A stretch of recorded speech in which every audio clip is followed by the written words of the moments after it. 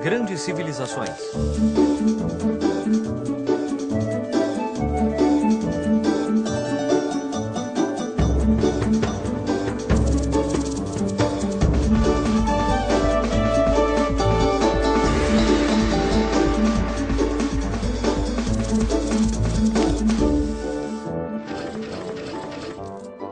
A China Antiga, primeira parte. A China é enorme. Basta olhar no mapa para se dar conta da imensa extensão territorial que ocupa. Nossa, é como se fosse a metade de um continente. É verdade, é enorme. É tão grande que existem diferentes climas e paisagens que atravessam o território chinês. A China é um mundo em si mesma, com florestas fechadas, desertos vastos, montanhas insuperáveis, pradarias férteis, pântanos densos e planícies congeladas. Brrr! Há muito tempo, os chineses observaram que o mundo era composto por coisas muito diferentes e que cada uma tinha seu oposto. Então foram descobrindo que a natureza tinha um equilíbrio, uma harmonia entre forças diferentes e opostas. Assim, se em algum lado fazia frio, era porque do outro lado estava fazendo calor. Se existia terra, era porque também existia ar. Se o sol brilhava durante o dia, era a lua que reinava à noite. E se havia homens, então deviam existir mulheres. Essas observações sobre a natureza que os rodeava serviram a eles como base para elaborar a famosa tradição da sabedoria chinesa, com a qual construíram uma grande civilização que perdurou por milhares de anos. A formação do Império. Traçando uma linha pelo meio da China, vemos o Rio Amarelo. Foi aí que começaram a se desenvolver os primeiros povos que antecederam esta grande civilização. Sabem quando? 5.000 anos antes de Cristo. Nossa, faz 7.000 anos! Esses povos cresceram e se desenvolveram, mas por volta de 1500 a.C. foram dominados por terríveis governantes chamados Shang. Como todos eram descendentes da mesma família, receberam o título de dinastia. A dinastia Shang durou mais de 700 anos. Depois, a dinastia Shang foi substituída pela dinastia Zhou.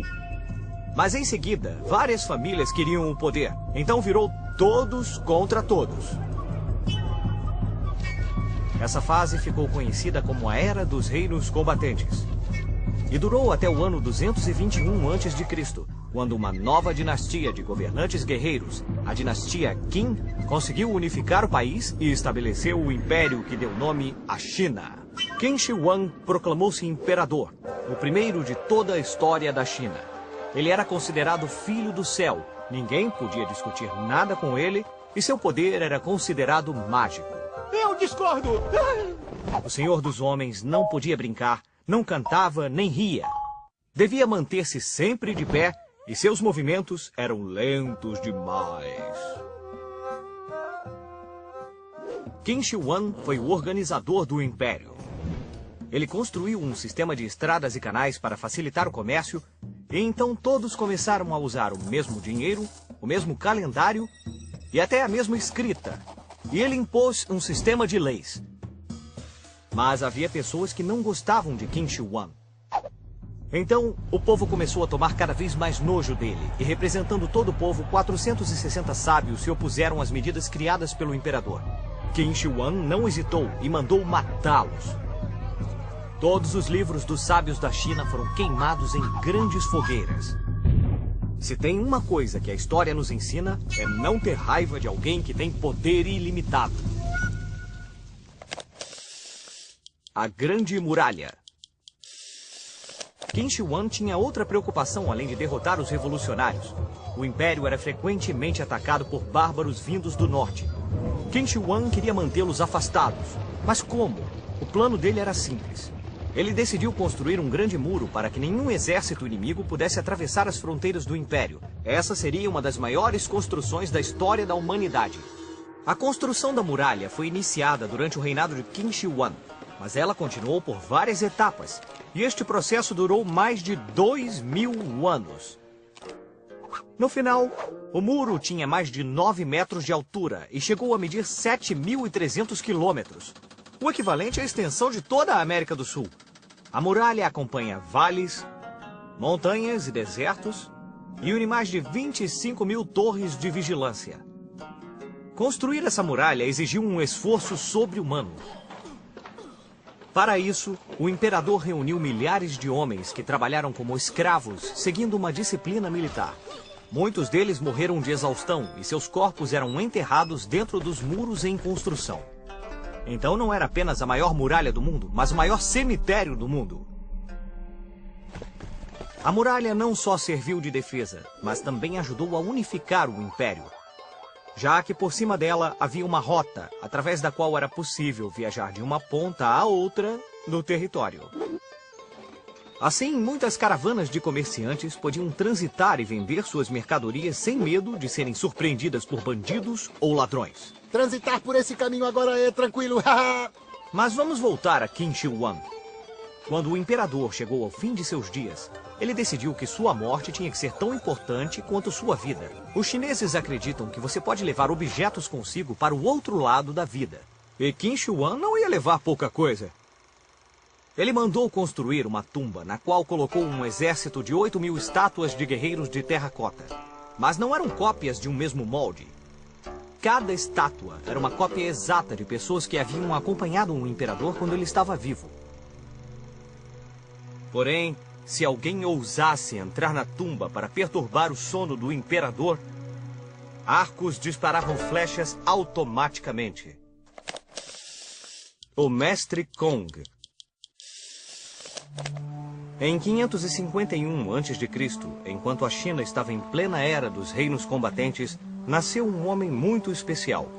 Com o passar dos anos, tornou-se um grande sábio que, com seus ensinamentos, criou uma doutrina que caracteriza a cultura chinesa ainda hoje, 1.500 anos depois. Esse homem, Confúcio, nasceu numa família pobre. No entanto, isso não o impediu de estudar e trabalhar muito, até se tornar ministro de um dos reis que lutava pelo poder. Mas um dia, cansado de tanta violência, traição e mentira, Confúcio abandonou o cargo de ministro e se dedicou a caminhar entre um reino e outro com o objetivo de compartilhar sua sabedoria. Os livros de Confúcio pregam 8 virtudes básicas: o respeito pelos outros, a tolerância, o perdão, fidelidade, a devoção, confiança, o dever e o culto aos antepassados. Essas são as 8 virtudes que o homem deve seguir para ser bom e honesto. A popularidade de seus ensinamentos cresceu, mas somente 350 anos depois, a sabedoria de Confúcio se tornou popular em toda a China. Isso aconteceu durante a dinastia Han. Nessa época, Confúcio havia se transformado em uma figura lendária. Seus seguidores o chamavam de Mestre Kong, e seus ensinamentos serviam de guia espiritual e eram praticados como uma religião. Essa doutrina era conhecida como confucionismo, mas ela não era a única religião na China antiga. Também existiam o taoísmo e o budismo. Cada pessoa tinha o direito de escolher e praticar livremente sua religião. As 3 eram fundamentadas na busca de uma harmonia interior, que está em relação direta com a harmonia da natureza. Vamos usar nossa bússola do tempo para ver o que estava acontecendo nos outros lugares do mundo nessa mesma época. Enquanto Qin Shi Huang se proclamava primeiro imperador da China, o que estava acontecendo em Roma, por exemplo? Lembrem-se de que era o ano 221 a.C. e Roma ainda não era um império. E mais, nem sequer controlava a Itália inteira. Em 221 a.C., Roma era uma república e era governada por um grupo de pessoas cultas chamadas senadores. 20 anos mais tarde, em 201 a.C., depois de conquistar a poderosa cidade de Cartago, Roma continuava a estender seu território. Porém, ainda era uma república sem imperador.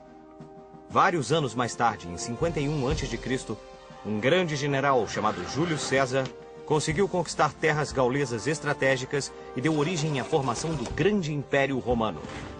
No ano 27 d.C., seu filho adotivo, Otávio, sagrou-se Augusto, o primeiro imperador romano. Ah, igual ao Qin Shi Huang na China?